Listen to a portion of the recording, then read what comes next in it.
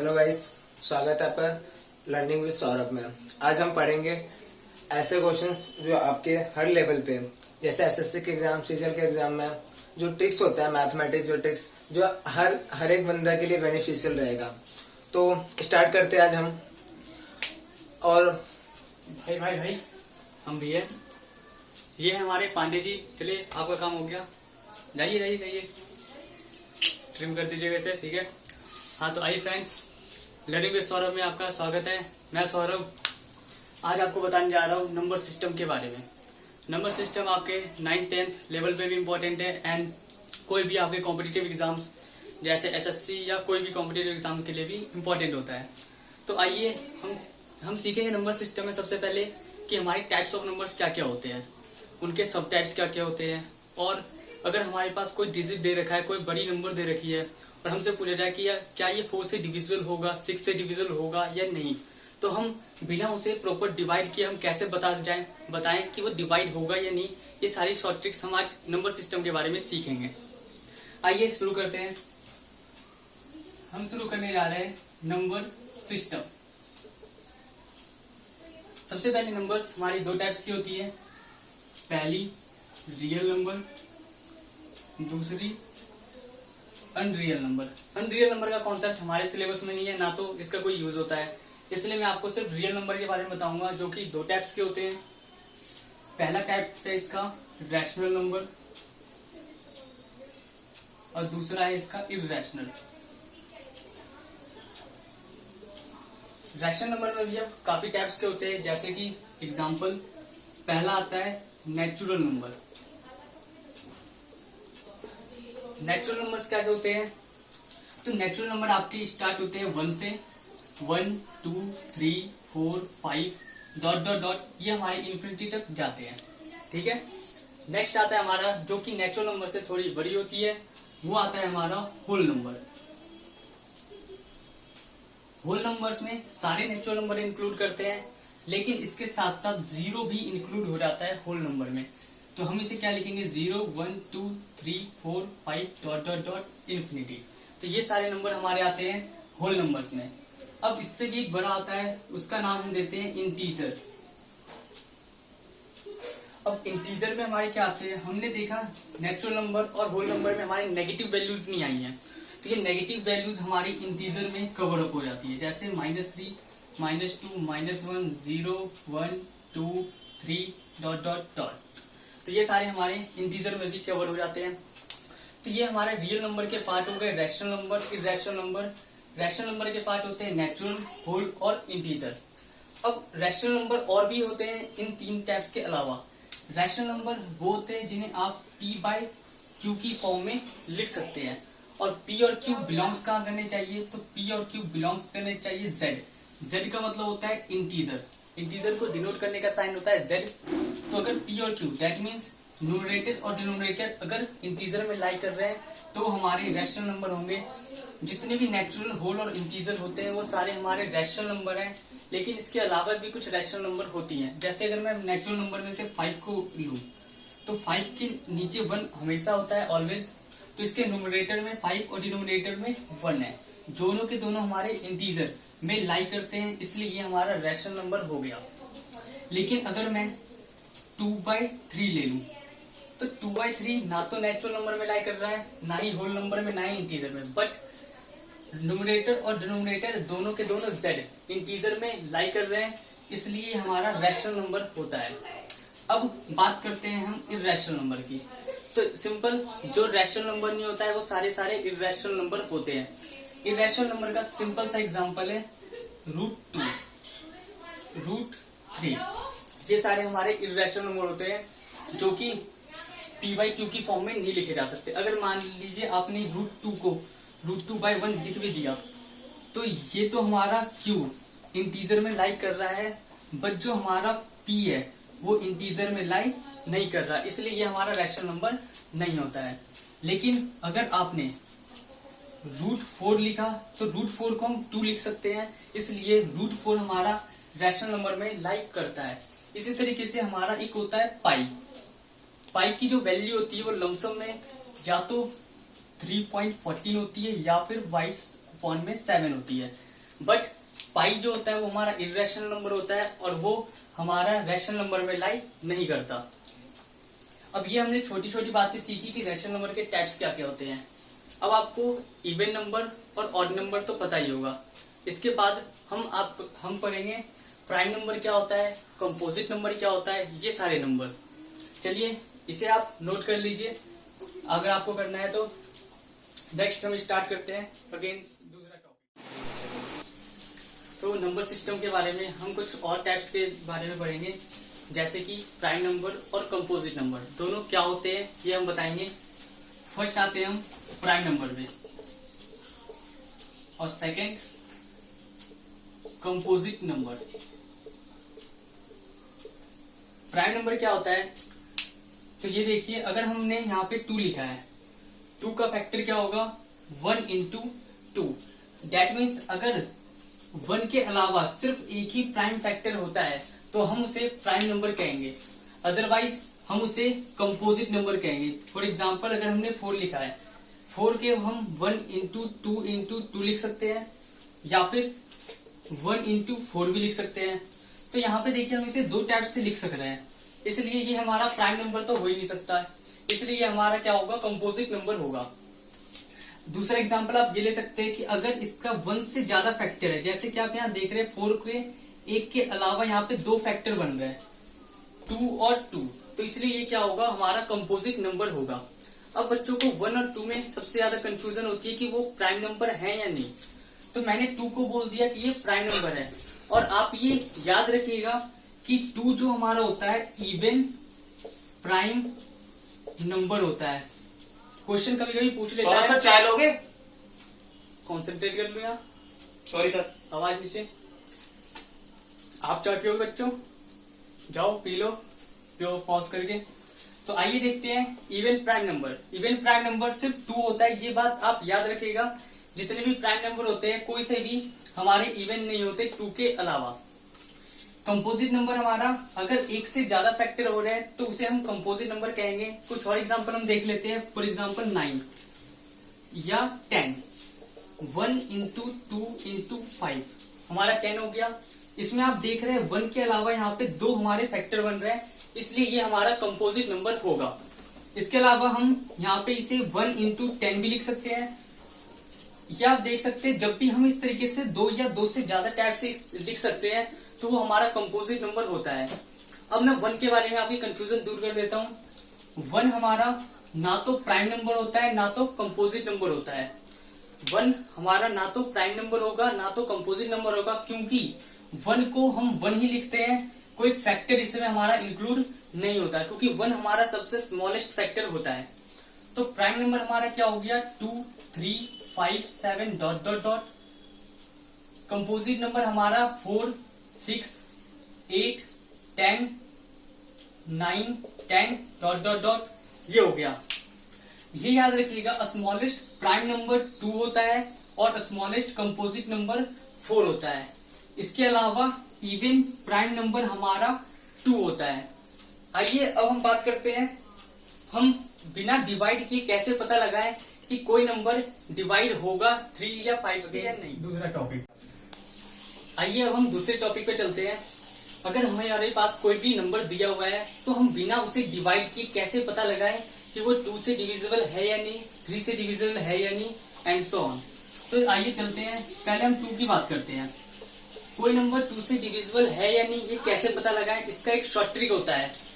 जैसे हमने कोई भी एक नंबर लिया 1088, ये हमारा 2 से डिविजिबल है या नहीं ये कैसे पता करें। तो देखिए अगर लास्ट का digit that means 1s place जो होता है वो हमारा अगर ये 0, 2, 4, 6 और 8 है तो ये 2 से डिविजिबल होगा। ये नॉर्मली सबको पता होता है, पर फिर भी मैं बता रहा हूँ आपको 1088 ये 2 से डिविजिबल है या नहीं कैसे पता लगाएं। तो अगर इसका यूनिट प्लेस 0, 2, 4, 6, 8 है तो हमारा ये 2 से डिविजिबल होगा। जैसे कि अगर मैं इसे 2 से डिवाइड करूं तो ये 544 आ जाएगा। अब हम बात करते हैं 3 पे। कोई नंबर 3 से डिविजिबल है या नहीं ये कैसे पता करें। आइए हम इसी इसके बारे में पता करते हैं। 1088 क्या ये 3 से डिविजिबल है या नहीं। तो आइए देखते हैं। जब हम इन सभी का सम कर दें इसके जितने भी डिजिट है सभी को हम सम करेंगे। 1 + 0 + 8 + 8 ये हमारा आ गया 17। अगर ये 17 3 से डिविजिबल होगा तो ये पूरा नंबर हमारा 3 से डिविजिबल हो जाता है। तो क्या 17 3 से डिविजिबल है? नहीं। तो इसलिए ये पूरा नंबर 3 से डिविजिबल नहीं होगा। अब हम दूसरा नंबर लेते हैं 1089। अब ये क्या 3 से डिविजिबल है? तो सम कर लेते हैं। 1 + 0 + 8 + 9 = 18। और अगर हम 18 को 3 से डिवाइड करेंगे तो हमारा आ जाएगा 6।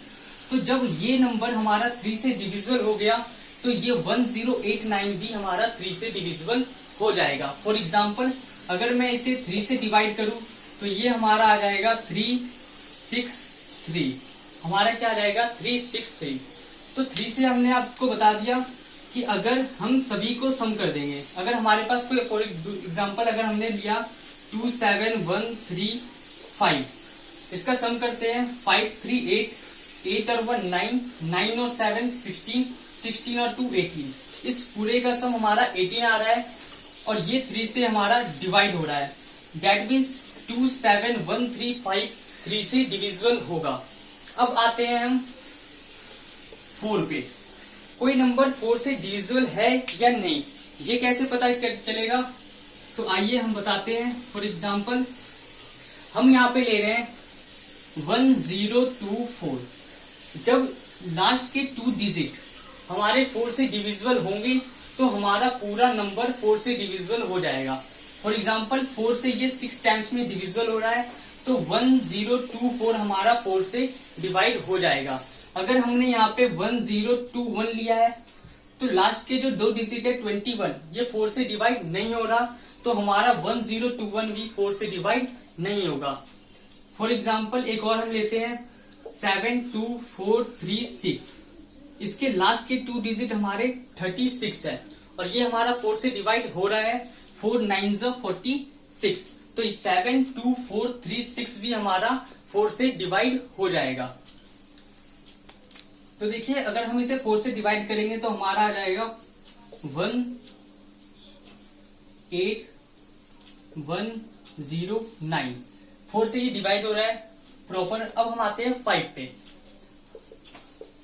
कोई नंबर 5 से डिविजिबल है या नहीं, ये कैसे पता चलेगा? तो इसका सिंपल तरीका है, अगर हमारा लास्ट में, जैसे हम एग्जांपल ले रहे हैं 57305, अगर लास्ट का प्लेस, यूनिट प्लेस इसका एदर 0 और एदर 5 है तो हमारा ये 5 से डिविजिबल होगा, अदरवाइज नहीं। अगर इसका यूनिट प्लेस 0 और 5 है तभी वो 5 से डिविजिबल हो सकता है, अदरवाइज वो डिविजिबल नहीं होगा। अब आते हैं हम 6 पे। कोई नंबर 6 से डिविजिबल है या नहीं, ये कैसे पता चलेगा? तो आइए देखते हैं।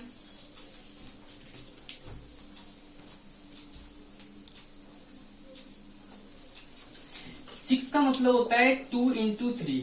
अगर कोई नंबर 2 से डिविजिबल हो रहा है और 3 से भी डिविजिबल हो रहा है तो वो 6 से ऑटोमेटिकली डिविजिबल हो जाएगा। जैसे कि इसका मतलब यह है, अगर वो कोई नंबर 6 से डिविजिबल है या नहीं ये चेक करना है तो हमें 2 और 3 की जो कंडीशन है उन दोनों को चेक करना पड़ेगा। जैसे कि हम यहाँ पे 216 लेते हैं, हम देख रहे हैं इसका जो यूनिट प्लेस है वो 6 है, डेट मीन्स ये 2 से डिविजिबल है, डिविजिबल बाय 2। अब हम इसका सम करते हैं। इसका सम आ रहा है 6 1 7 और 2 9 और 9 3 से डिविजिबल होता है, डेट मीन्स ये डिविजिबल है बाय 3। अगर ये 2 से भी डिविजिबल है और 3 से भी डिविजिबल है, डेट मीन्स वो 6 से भी डिविजिबल होगा। और आपको पता है 216 को 6 से डिवाइड करेंगे तो 36 आएगा। ये मैं शॉर्ट नंबर ले रहा हूं ताकि आपको समझने में इजी हो। अब बात करते हैं हम 7 की। सबसे इंपॉर्टेंट, 7 के लिए हम प्रॉपर नहीं कह सकते, लेकिन अगर हमें एमसीक्यू में कुछ क्वेश्चंस दिए हुए हो और पूछा गया हो कि इन 4 नंबर में से कौन सा 7 से डिविजिबल होगा तो हम उसमें बता सकते हैं। तो 7 से डिविजिबल होने की एक कंडीशन होती है। इसके अलावा भी कुछ नंबर्स होते हैं जो कि 7 से डिविजिबल हो जाएं, बट कुछ पर्टिकुलर नंबर ऐसे होते हैं जो कि अगर वो कंडीशन सेटिस्फाई करते हैं तो 7 से डिविजिबल होंगे ही। इसका एक कंडीशन है, फॉर एग्जाम्पल 213 213। जब 3 डिजिट की टू बार रिपीटेशन होती है तो वो नंबर 7 से ऑलवेज डिविजिबल होता है। यहाँ पे हमने लिखा 213 क्या ये 7 से डिविजिबल है या नहीं, तो ये 7 से डिविजिबल होगा क्योंकि यहाँ पे 213 की 2 बार रिपीटेशन हो रही है। जब भी 3 डिजिट की 2 बार रिपीटेशन होती है तो वो 7 से ऑलवेज डिविजिबल होता है। जैसे अगर हम एग्जांपल ले 517 तो ये भी डिविजिबल होगा 7 से। फॉर एग्जांपल 213 को अगर हम 7 से डिवाइड करें तो चेक करते हैं क्या आता है। 213 डिवाइडेड बाय 7 तो हमारा आ रहा है 30459। देख रहे हैं आप, ये 7 से प्रॉपर डिविजिबल हो चुका है। अब 517 की बात कर लेते हैं। 517 डिविजिबल बाय 7 तो ये हमारा आया 73931। देख रहे हैं, जब भी 3 डिजिट की 2 बार रिपीटेशन होगी तो इस केस में ऑलवेज वो नंबर 7 से डिविजिबल होगा। कि कोई नंबर 7 से डिविजिबल है या नहीं है कैसे पता चलता है, इसका एक और ट्रिक्स है बट वो काफी ज्यादा लंबा है इसलिए मैं आपको बता नहीं रहा, क्योंकि उससे अच्छा आप नॉर्मली से 7 से डिवाइड करके ही पता कर सकते हैं कि 7 से डिविजिबल है या नहीं। ये एक शॉर्ट ट्रिक था जो कि मुझे इजी लगा इसलिए मैंने आपसे डिस्कस किया है। अब हम आते हैं 8 पे। कोई नंबर 8 से डिविजिबल है या नहीं वो कैसे पता चलेगा, तो आइए हम देखते हैं। अब इसका सिंपल जैसा हमने 4 के साथ पढ़ा था वैसा ही हम 8 के साथ पढ़ेंगे। जैसे कि अगर कोई भी हम नंबर ले रहे हैं 15648, अगर लास्ट के 3 डिजिट 8 से डिवाइड हो रहे हैं तो ये पूरा का पूरा नंबर चाहे कितना भी बड़ा हो 8 से डिवाइड हो जाएगा। तो यहाँ पे हम चेक करते हैं क्या 648 8 से डिवाइड हो रहा है, तो 648 को अगर हम 8 से डिवाइड करें तो ये 81, मतलब ये 8 से डिवाइड है तो ये पूरा नंबर 8 से क्या हो जाएगा, डिविजिबल हो जाएगा। अब हम चेक कर सकते हैं 15648 डिवाइडेड बाय 8 ये हमारा आएगा 1956 जब हम इसे 8 से डिवाइड करेंगे तब। तो हमने देखा कि अगर लास्ट का 3 डिजिट 8 से डिवाइड हो रहा है तो वो हमारा पूरा नंबर 8 से डिवाइड हो जाएगा। अब हम चलते हैं 9 पे। कोई नंबर 9 से डिवाइड है या नहीं वो कैसे पता चलेगा, तो आइए हम देखते हैं। चलिए अब हम 9 का देखते हैं कि कोई नंबर 9 से डिविजिबल है या नहीं ये कैसे पता चलेगा। तो जैसा हमने 3 के साथ डिस्कस किया था सेम वैसा ही है। अब कोई भी हम नंबर लिख रहे हैं, अगर इन सभी का सम 9 से डिविजिबल होगा तो ये पूरा का पूरा नंबर 9 से वो डिविजिबल हो जाएगा, जैसा कि हमने 3 के साथ पढ़ा था। तो हम सबका सम करके देखते हैं।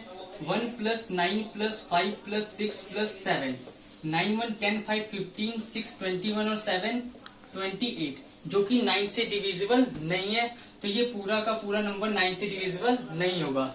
लेकिन अगर मैं 7 को 8 कर दूं तो ये 7 को अगर मैं 6 कर दूं तो ये हमारा 27 हो जाएगा।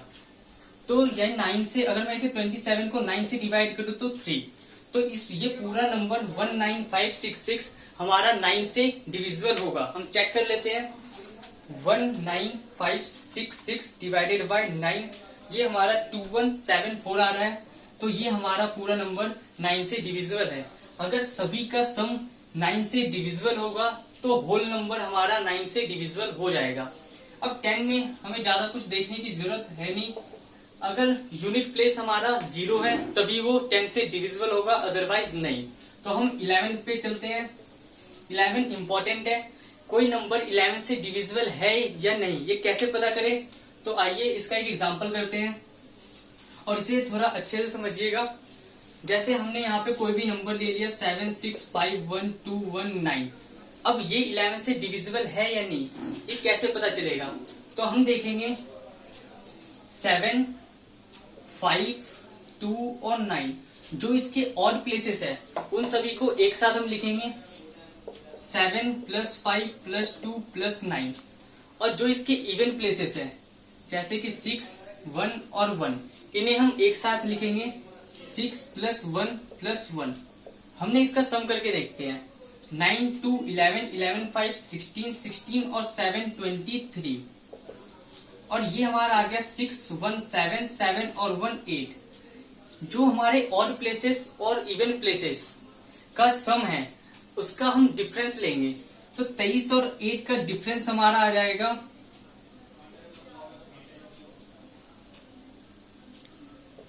15। तो अगर ये हमारा आ गया 15, लेकिन ये याद रखिए इसका जो डिफरेंस है वो या तो 11 आना चाहिए या तो 11 का मल्टीपल आना चाहिए, अदरवाइज 0 आना चाहिए, तभी वो 11 से डिविजिबल होगा। ये जो हमारा डिफरेंस आया है अगर वो 0 आए तब वो 11 से डिविजिबल होगा, अदरवाइज वो 11 का मल्टीपल होना चाहिए, जैसे कि 11 या 1 to 1, तभी वो नंबर 11 से डिविजिबल होगा। जैसे कि हम दूसरा एग्जांपल लेके चलते हैं, जैसे 1 3 2 1। अब ये 11 से डिविजिबल है या नहीं, तो ये कैसे पता चलेगा, तो देखते हैं। इसके ऑड प्लेसेस का हम सम कर लेते हैं। 1 + 3 + 1 = 5। इसके इवन प्लेसेस का हम सम कर लेते हैं। क्या आ रहा है, 2 + 2 = 4। अब यहाँ पे हमारे ऑड प्लेसेस का सम जो है वो 5 आ गया और इवन प्लेसेस का सम 4 आ गया। देखिए तो यहाँ पे 5 और 4 का डिफरेंस 1 आया है, और मैंने बोला था कि या तो वो 0 आना चाहिए या तो 11 का मल्टीपल होना चाहिए। दैट मीन्स ये जो नंबर है ये भी 11 से डिविजिबल नहीं होगा। तो हम एक और एग्जांपल लेते हैं, 909183। अब इसके ऑड प्लेसेस चेक कर लेते हैं। 9 + 9 + 8 that means 26, and even places check कर लेते हैं। 0 + 1 + 3 4। इनका जो डिफरेंस है वो 22 है और ये 11 से डिविजिबल हो रहा है। दैट मीन्स ये पूरा का पूरा जो नंबर है वो 11 से डिविजिबल है। जैसे अभी हमने यहाँ पे इसके दो ही केस बताए थे कि या तो इसका डिफरेंस 0 होगा या तो 11 का मल्टीपल होगा। तो हमने 11 का मल्टीपल का तो कर लिया, 0 का एक एग्जांपल कर लेते हैं। जैसे कि अगर हमारा 1 to 1 है, ये 11 से डिविजिबल है या नहीं है, तो वही हम पुराने स्टेप करेंगे। और प्लेसेस का सम कर लेते हैं, और इवन प्लेसेस यहाँ पे सिर्फ एक ही है, वो 2। इन दोनों का डिफरेंस जो आ रहा है वो 0 का आ रहा है। दैट मीन्स ये 11 से डिविजिबल हो जाएगा।